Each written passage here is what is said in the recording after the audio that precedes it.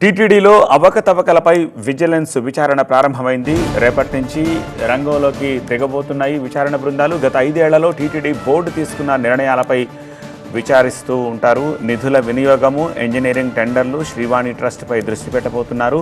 అటు శ్రీవాణి ట్రస్ట్లో నిధుల దుర్వినియోగంపై లోతుగా విచారణ జరపాలి అని జనసేన నేతలు డిమాండ్ చేస్తున్నారు. 1350 కోట్లలో 1000 కోట్లు ఎక్కడకు వెళ్లాయో తెలియడం లేదని వారు అంటున్నారు. విజిలెన్స్ అండ్ ఎన్ఫోర్స్మెంట్కు దీనిపై జనసేన నేతలు ఫిర్యాదు చేశారు. వీఐపీ బ్రేక్ దర్శన టికెట్లలో కూడా గోల్మాల్ జరిగిందని జనసేన ఆరోపిస్తోంది. విజిలెన్స్కు ఫిర్యాదు చేసిన జనసేన నేతలు ఏ అంశాలని లేవనెత్తుతున్నారు? ఆ పార్టీ నేత కిరణ్ రాయల్ ఏమంటున్నారు? మా సీనియర్ కరెస్పాండెంట్ రాజు డీటెయిల్స్ అందిస్తారు.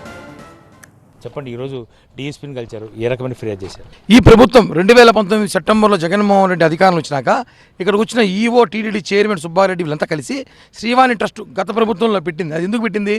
అమరావతిలో గుళ్ళు కట్టడానికి, ఒక పెద్ద సంస్థ నిర్మించడానికి, రాజధాని అవుతుంది కదా అని చెప్పి అప్పుడు పెట్టారు. దాన్ని ఈ ప్రభుత్వం, జగన్ రెడ్డి ప్రభుత్వం దాన్ని వాడుకొని దళిత వాళ్ళల్లో శ్రీకృష్ణ గుళ్ళు పెడతాము, కృష్ణుడు దేవాలయం నిర్మిస్తామని చెప్పి దళితుల పేర్లు చెప్పి 10,500 రూపాయలు వసూలు చేశారు. దీన్ని పవన్ కళ్యాణ్ గారి దృష్టికి తీసుకెళ్తే పవన్ కళ్యాణ్ బహిరంగంగా చెప్పారు, దీంట్లో మోసం జరిగింది. 10,000 రూపాయలు మాత్రమే, 500 రూపాయలు మాత్రమే ట్రస్ట్కి వెళ్తుంది, 10,000 రూపాయలు జగన్ ట్రస్ట్కి వెళ్తుంది.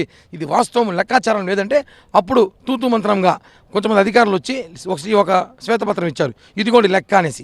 అధికార పార్టీ చేతిలో ఉంది కాబట్టి ఎవరు మాట్లాడినా కేసులు పెట్టి భయపెట్టి ప్రయాణించారు. ఇప్పుడు ప్రక్షాళన చేయాలి, మా అధికారం ఉంది, ఇప్పుడు వాస్తవాలు తెలియాలి, ప్రజలకు చెప్పాలనే భావంతో టీటీడీలో మేము గత 2 రోజులుగా అన్నీ విచారిస్తుంటే శ్రీవాణి ట్రస్ట్ మీద ఒక ఆరోపణ వచ్చింది, నిజం వచ్చింది.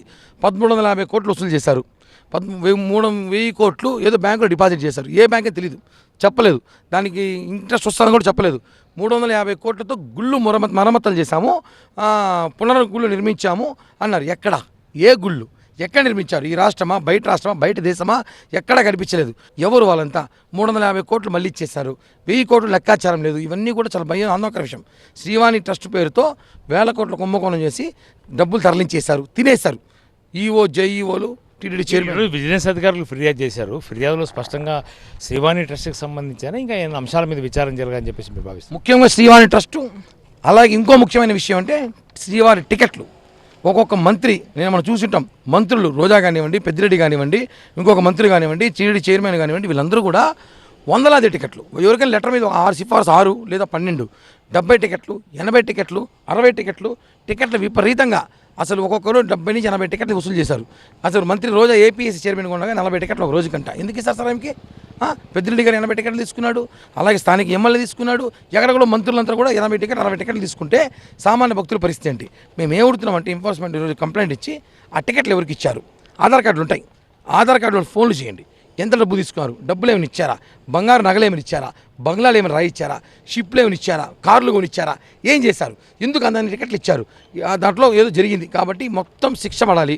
విజిలెన్స్ ఎంక్వైరీ చేసి మంత్రులందరూ సిఫారసు లేఖలు విచారించాలి. ప్రతి టికెట్ విచారిస్తే వీళ్ళందరూ జీవితాంతం జైల్లో ఉండిపోతారు. ప్రత్యేకించి ఇప్పటికే విజిలెన్స్ ఎన్ఫోర్స్మెంట్ అధికారులు అయితే ఇప్పటికే ప్రాథమికంగా కొన్ని ఆధారాలు స్వీకరించారు. ఇందులో శ్రీవాణి ట్రస్ట్తో పాటు ఇంజనీరింగ్ పనులకు సంబంధించిన వివరాలు సేకరించే పనులు అయితే అధికారులు ఉన్నారు. రేపు దాదాపుగా 12 యూనిట్లకు సంబంధించినటువంటి విజిలెన్స్ టీము తిరుపతికి రాబోతుంది. టీటీడీలో పూర్తి ప్రచారంతో పాటు సమూల మార్పులు తీసుకురావాలన్న ప్రభుత్వ లక్ష్యం ఆధారంగానే ఈరోజు విజిలెన్స్ టీం అయితే తిరుపతికి రాబోతోంది. కెమెరా పర్సన్ జగదీష్తో రాజు, టీవీ 9 తిరుపతి నుంచి.